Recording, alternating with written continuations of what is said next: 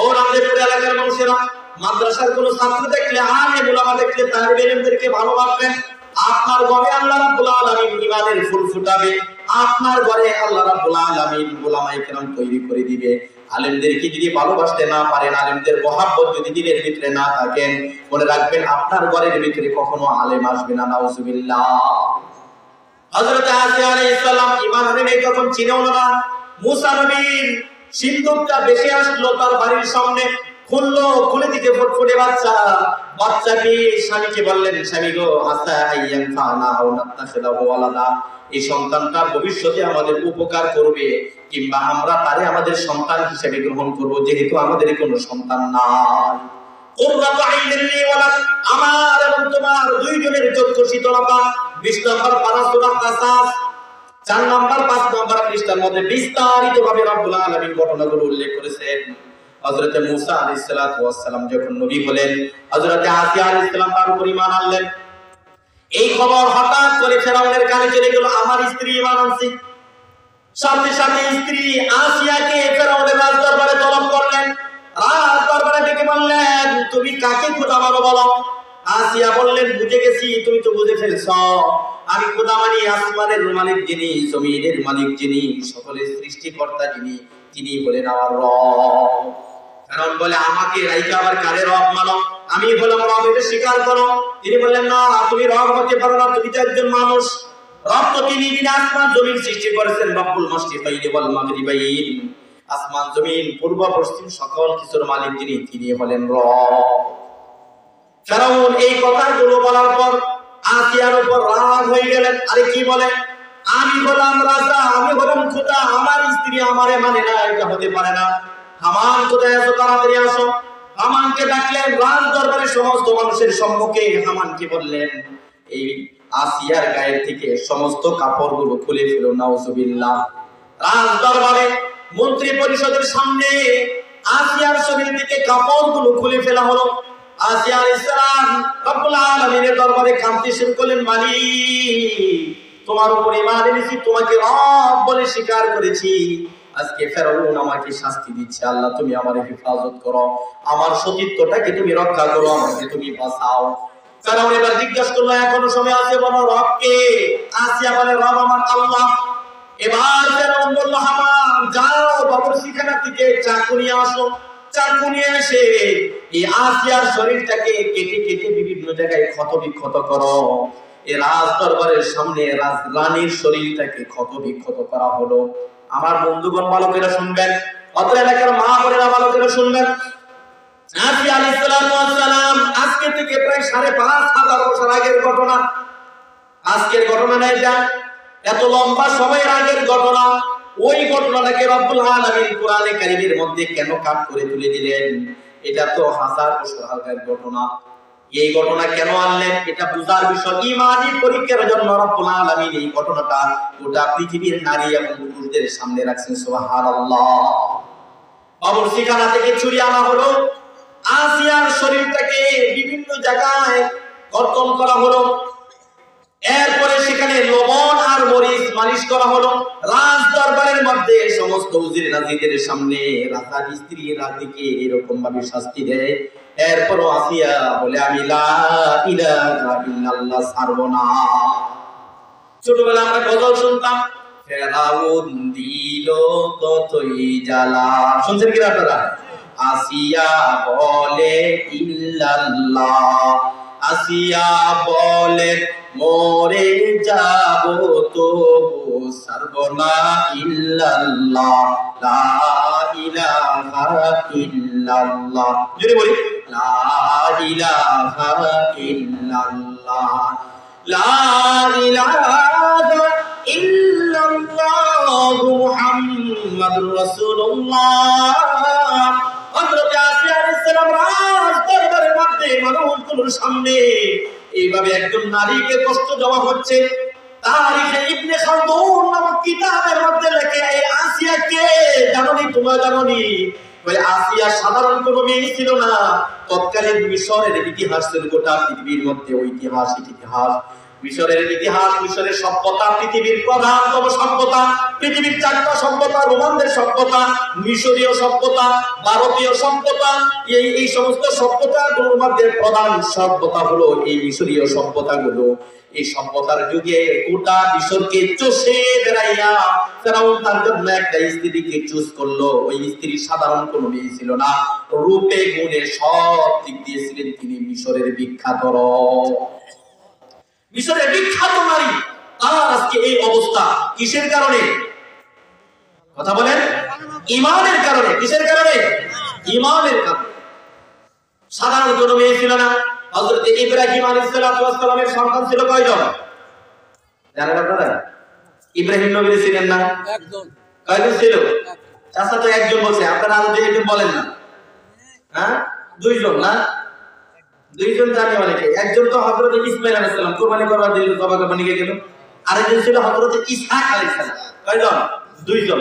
আমরা এই দুইজনই জানি, এবং ওনার স্ত্রী ছিল দুইটা, এটা আমরা জানি, সারা আলাইহিস সালাম আর হাজার আলাইহিস সালাম। ইসুফ নবী কি বলে ইসমাঈল আলাইহিস সালামের ঘটনা আপনারা শুনেন নাই? এই দুইজনই আমরা জানি। আসলেও এই দুইজন না, ওনার স্ত্রী ছিল 4টা। কয়টা? একটা স্ত্রী ছিল সারা, আরেকটা ছিল হাজার, আরেকটা ছিল রাকওয়া, আরেকটা ছিল রাহিম। এই 4জন স্ত্রী ছিল ওনার। আর ওনার সন্তান সংখ্যা ছিল 13টা। কয়টা? কথা বলেন, কয়টা? 13টা। আমরা জানি শুধু দুইজন, ইসমাঈল আলাইহিস সালাম আর ইসহাক আলাইহিস সালাম। কিন্তু ওনার সন্তানের সংখ্যা হলো কয়টা?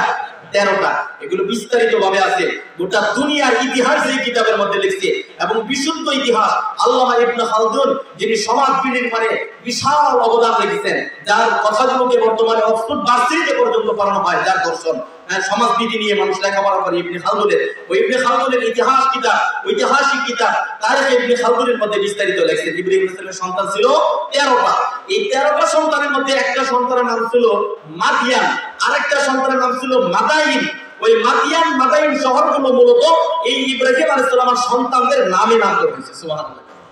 তাহলে ইসমাঈল আলাইহিস সালাম, ইসহাক আলাইহিস সালাম, মাদিয়ান, মাদাইন, এই 4টা আছে। এছাড়াও আরো অনেকগুলো সন্তান ছিল, মোট 13টা সন্তান। তাফসীরে জালালাইনের হাসিয়ার মধ্যে লেখে 20 নম্বর পারা সূরা কাসাসের হাসিয়ার মধ্যে লেখে, এই আসিয়া কে ছিল জানেননি? এই আসিয়া অন্য কোনো নারী ছিল না। এই আসিয়া ছিল হযরতে ইব্রাহিম নবীর বংশধর, ওই মাদিয়ানের বংশধর, মাদিয়ানের সন্তানদের থেকে একজন ইব্রাহিম নবীর নাতি। সুবহানাল্লাহ। এই জন্য ফেরাউনের ঘরে তাইতো রাজরানী হয়ে রাজরানীর মর্যাদা পেও, সেই মর্যাদার মধ্যে তিনি বসে থাকেন নাই। তিনি হযরতে ইব্রাহিম আলাইহিস সালামের আনিত ধর্ম, হযরতে মূসা আলাইহিস সালামের আনিত ধর্ম, তিনি বাপদাদার ধর্মের উপর চলার চেষ্টা করছেন। আল্লাহ রাব্বুল আলামিন তাকে ঈমানের প্রকাশ দান করছেন। রাজ দরবারের মধ্যে তাকে এইভাবে শাস্তি দেওয়া হলো, কষ্ট দেওয়া হলো, কিন্তু ফেরাউনের শাস্তি তার কোনো কিছু করতে পারলো না, ঈমান থেকে দূরে সরলো না। এবার ফেরাউন দেখলো, হায় হায়, এই বেটির লাগে তো পারতেছি না, বেটি তো আমার ইজ্জত সম্মান সব নষ্ট করবে, কি করা যায়? এবার হামানকে আদেশ করলো, যাও যাও, এই মহিলাটাকে নিয়ে যাও, মরুভূমির উত্তপ্ত বালুকারাশির মধ্যে উল্টা করে শোয়াও। এরপরে তার 2 হাতের নিচ দিয়া তক্তা দিয়া, ওই 2 হাতটাকে পেরাক দিয়া তক্তার সাথে লাগাই দাও। আবার পায়ের নিচ দিয়া, গাড়ের নিচ দিয়া একটা তক্তা দিয়া, ওখানে পা 2টাকে তক্তার সাথে পেরাক দিয়ে লাগাই দাও। নাউজুবিল্লাহ। এই ঘটনাগুলো আল্লাহ তাআলা সূরা ফাজরের মধ্যে বলেন, রব্বুল আলামিন বলেন, ওয়া ফিরআউনা যিল আওতাদ আল্লাযীনা তাগাউ ফিল বিলাদ। ওই ফেরাউনের কথা স্মরণ করো, যেই ফেরাউন ছিল ওয়াতাদ তথা পেরাক বিশিষ্ট। পেরাক কাকে বলে চিনেন না আপনারা? কোনটারে কয়? ভুল করছেন, ভুল করে আছেন। এই ভাই চিনছে। পেরাকের মাথাটা এত বড়, এগুলো আগের জামানায় আমাদের মুরব্বীরা তাল গাছ দিয়ে যে সময় ঘরের কি বানাইতো, দন্না, ওই দন্না আর পাইনের সাথে একেবারে লাগিয়ে দিত। মনে করি না পোলাইটা ঢাকাইয়া পোলা, পোলার বাড়ি সাগর দিকে ঢাকাইয়া পোলা না, আমি সব সিরিয়া গেছি। এই প্যারা গুলো এটা, এগুলো এত লম্বা লম্বা, চুক্কু আছে মাথাটা, আর এই উপরে মাথাটা গোল থাকে, ঠিক না? আর লোহা তো ছোট ছোট, এগুলো বর্তমানে বানায়, লোহা না। এই প্যারাক মারতো আসিয়া আলাইহিস সালামকে ফেরাউন এইভাবে কাঁধ দিয়ে পিছনে, এই 2টা হাত এই প্যারাক দিয়ে কাঁধের সাথে অ্যাডজাস্ট করে দিছে। বলতে তো সহজে, কিন্তু বিষয়টা কি এত সহজ? হযরত আসিয়া আলাইহিস সালামকে মরুভূমির উত্তপ্ত বালুকারাশির মধ্যে শোয়াইয়া এইভাবে শাস্তি দিচ্ছে ফেরাউন। আল্লাহ বলেন, ওয়া ফিরআউনা যিল আওতাদ আল্লাযীনা তাগাউ ফিল বিলাদ ফাআকতারু ফিহাল ফাসাদ। খুব ফাসাদ করছে। রব্বুল আলামিন বলে আমি তারেও ধরতে পারি, তারেও ধরবো। এবার আল্লাহ রাব্বুল আলামিন সূরা তাহরীমের মধ্যে বিস্তারিত ঘটনা বলেন। ফেরাউন যখন হযরতে আসিয়া আলাইহিস সালামকে এইভাবে মরুভূমির মধ্যে শাস্তি দিচ্ছিল, উপর থেকে কেরামের সিস্টেম করে, চেন কভার সিস্টেম করে বিশাল বড় একটা পাথর হযরতে আসিয়া আলাইহিস সালামের কলিজার বুকের উপর ফেলতেছিল। বুকের উপর পড়লে বাউলেরা শান্ত হয়ে যাবে, আর বাঁচবে না। এই আদেশ ফেরাউন দিয়ে ফেলছে, মৃত্যুদণ্ডের আদেশ, সাধারণ কোনো মৃত্যু না। বিশাল বড় পাথর চেন কভার সিস্টেম করে উপর থেকে তার বুকের উপর ফেলবে। নিচ দিয়ে তো তার হাতগুলো প্যারাক মেরে কাঁধের সাথে রেখে দিয়েছে। এই ভয়াবহ অবস্থার মধ্যে আসিয়া আলাইহিস সালাম মনে প্রাণে শুধু আল্লাহর কাছে, আল্লাহর কাছে দোয়া করতেছে। একটু লক্ষ্য করেন মুসলমান ভাইরা আমার, আমাদের ঈমান কি আজকে এতটুকু মজবুত হয়েছে নাকি? আমরা নামাজও পড়তে যাই না, আমরা সাধারণ কোনো কষ্টের বিষয় দেখলে সেখান থেকে দৌড়ে পালাই। এই যে স্বাধীনতার যুদ্ধের সময় কত হিন্দু যে বলছে আমি মুসলমান, বলছি কিনা বলে? খুইলা দেখতে মুসলমান নাকি অমুসলিম খুইলা দেখতে, হিন্দুরা মুসলমান বলছে। এরকম সিচুয়েশন আমাদের যদি আসে, আমরা দিক দিয়ে বলবো মাই মুসলিম লিখবো, মাই হিন্দু, ঠিক কিনা বলে? এইসব ফটো দেবো, হুজুর এই তো কইছে জান বাঁচানো ফরজ, তো জান বাঁচানোর জন্য মিথ্যা একটা বলে দিলাম, বলবি কিনা? আসিয়া আলাইহিস সালাম মিথ্যা বলে জান বাঁচাইতে পারতেন না? বলেন পারতেন কিনা? জায়েজ, কিন্তু পুরস্কার পাবেন না। কি পাবেন না? রব্বুল আলামিন কি পুরস্কার দিলেন দেখেন। হযরত আসিয়া আলাইহিস সালাম বিশাল বড় পাথরটা পড়তেছিল, এটা দেখে যখন রব্বুল আলামিনের কাছে দোয়া করতেছে, মালিক গো, তোমার উপর ঈমান আনার কারণে, তোমাকে বিশ্বাস করার কারণে, তোমাকে খোদা বলে স্বীকার করার কারণে, দুনিয়ার মধ্যে সবচেয়ে প্রিয় মানুষ আমার স্বামী আমাকে এইভাবে শাস্তি দিচ্ছে। আল্লাহ গো, তুমি আমারে মাফ করো, তুমি আমারে তার শাস্তি থেকে হেফাজত করো। আসিয়া আলাইহিস সালাম তিনটা দোয়া করলেন মৃত্যুর পূর্ব মুহূর্তে ফেরাউনের শাস্তির মধ্যে পড়ে। এক নম্বর, আল্লাহ জান্নাতে কোন ঘরটা তুমি আমার জন্য বানাবা, ওটা তোমার কাছে বানাও। আল্লাহর কাছে বানানোর জন্য আসিয়া আলাইহিস সালাম আবেদন করলেন। আল্লাহ বলেন, যা, তোর দোয়া আমি কবুল করে নিলাম। সুবহানাল্লাহ।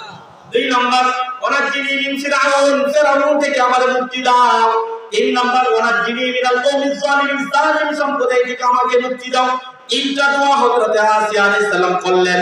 এমন সময় তিনি আকাশের দিকে তাকাইয়া দেখে যে পাথরটা মারার জন্য ফেলতেছিল, ওই পাথরের মধ্যে তার জন্য বানানো জান্নাতের ছবিটা রব্বুল আলামিন উঠাইয়া দিয়েছেন। সুবহানাল্লাহ। জান্নাতের ছবি এই পাথরের মধ্যে বাসতেছে, জান্নাতের নাজ নিয়ামত সব এই পাথরের মধ্যে। আসিয়া আলাইহিস সালাম এটা দেখে দেখে খুশিতে আনন্দে আত্মহারা হয়ে হাসতেছেন। এবার ফেরাউন বলে, এই পাথরটা একটু থামা, এই বেরিয়ে তো পাগল হয়ে গেছে, মৃত্যুর ভয়ে ভয় পেয়ে গেছে, পাগল হয়ে হাসতেছে। আসলে কেউ যেটা দেখে না, দেখে সেটা কে? কে দেখে? কেউ যেটা জানে না, জানে সেটা কে? ফেরাউন তো দেখতেছে পাথর পড়তেছে, অর্থ চোখ কানা, ও তো এটাই দেখবে। কিন্তু আসিয়ার চোখ খুলে দিয়েছেন কে? আল্লাহ। আসিয়া দেখতেছে আমার বানানো, আমার জন্য বানানো জান্নাত, নাজ নিয়ামতে ভরপুর, আমি মরলে এই জান্নাতে যাইতে পারবো, এই জন্য জান্নাত দেখে খুশি হয়ে আনন্দ হয়ে তিনি হাসতেছেন। আপনারা একটা গান শুনছেন, মালি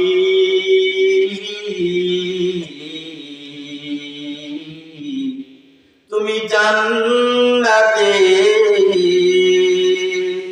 একটা ঘর বানিয়ে দিও। এই গানটা শুনছিলেন না? এই গানটা সাধারণ কোনো গান না, এই গানটা এই কোরআনের আয়াতের তর্জমা। সুবহানাল্লাহ। আপনি কি বলছে দেখেন, ইকরা রাব্বি বিদনি ইনদাকা বাইতান ফিল জান্নাহ। আসিয়া পাথরের নিচে পড়ে বলতেছে, রব্বুল আলামিন আমার জন্য জান্নাতে একটা ঘর বানিয়ে দাও, যে ঘরটা তোমার কাছে হবে। ওয়ানাজ্জিনি মিন ফিরআউন, ফিরআউন থেকে মুক্তি দাও। তিন নম্বর, ওয়ানাজ্জিনি মিনাল কওমিজ জালিমিন, জালিম সম্প্রদায় থেকে আমাকে মুক্তি দাও। রব্বুল আলামিন বলেন, যা যা, তোর জন্য আমার পক্ষ থেকে মুক্তিনামা প্রেরণ করে দিলাম। দুনিয়ার মধ্যে দুইজন মানুষ মৃত্যুর আগে নিজের জন্য বানানো জান্নাত দেখে দেখে মরেছিল। একজন ছিল হযরতে আসিয়া আলাইহিস সালাম, আর একজন ছিল কুস্তুনতুনিয়া, বর্তমান থেকে ইস্তাম্বুল। এই কনস্টান্টিনোপল এই শহরের মধ্যে ঈসা নবী দুইজন ব্যক্তিকে পাঠাইছিলেন। তাদেরকে সহযোগিতা করার জন্য হাবিবি নাজ্জারি নামক একজন গোলাম ছিল, মিস্ত্রি, কাঠ মিস্ত্রি ছিল। সে যখন তাদের সম্প্রদায়কে বললেন এরা আল্লাহর পক্ষ থেকে আসছে, এরা নবী, তাদেরকে তোমরা শাস্তি দিও না। লোকেরা বলল, আগে তোকেই মেরে ফেলি। ওই লোকটাকে যখন মারতেছিল, মারার সময় রব্বুল আলামিনের কাছে দোয়া করলেন, রব্বুল আলামিন তাকে জান্নাত দেখাইয়া দিলেন আর মাফ করে দিলেন। সূরা ইয়াসিনের মধ্যে রব্বুল আলামিন বলেন, ওই লোকটা বলতেছে বিমা গফারনি রব্বি ওয়া জাআলানি মিনাল মুকরামিন, আমাকে আমার আল্লাহ কি কারণে মাফ করলো, কি কারণে সম্মানিত করলো, এটা যদি আমার সম্প্রদায়ের মানুষগুলো জানতো বুঝতো, আরে তারা সমস্ত মানুষগুলো মুসলমান হয়ে যাইতো। কিন্তু আফসোস তারা জানলো না, বুঝলো না। হাবিবে নাজ্জারী মৃত্যুর সময় জান্নাত দেখে দেখে মরলো। হযরত আসিয়া আলাইহিস সালাম মৃত্যুর সময় জান্নাত দেখে দেখে মরলো। ও দুনিয়ার মুসলমান মায়েরা একটু বালকেরা বুঝেন, মায়েরা বালকেরা বুঝেন, আসিয়া আলাইহিস সালাম ছিলেন একটা কাফিরের স্ত্রী, পৃথিবীর মধ্যে সবচেয়ে নিকৃষ্ট মানুষের স্ত্রী, ফেরাউনের স্ত্রী। ফেরাউনের স্ত্রী হইয়া দুনিয়া থেকে জান্নাত কামাই করে নিয়ে গেছে, ঈমানের পরীক্ষায় অটল ছিল। আজকে আমাদের মেয়েদেরকে বলা হয় পর্দা করো, পর্দা সে করে না। বলা হয় টেলিভিশন দেখো না, টেলিভিশন দেখে। বলা হয় কোরআন তেলাওয়াত করো, কোরআন তেলাওয়াত সে করে না।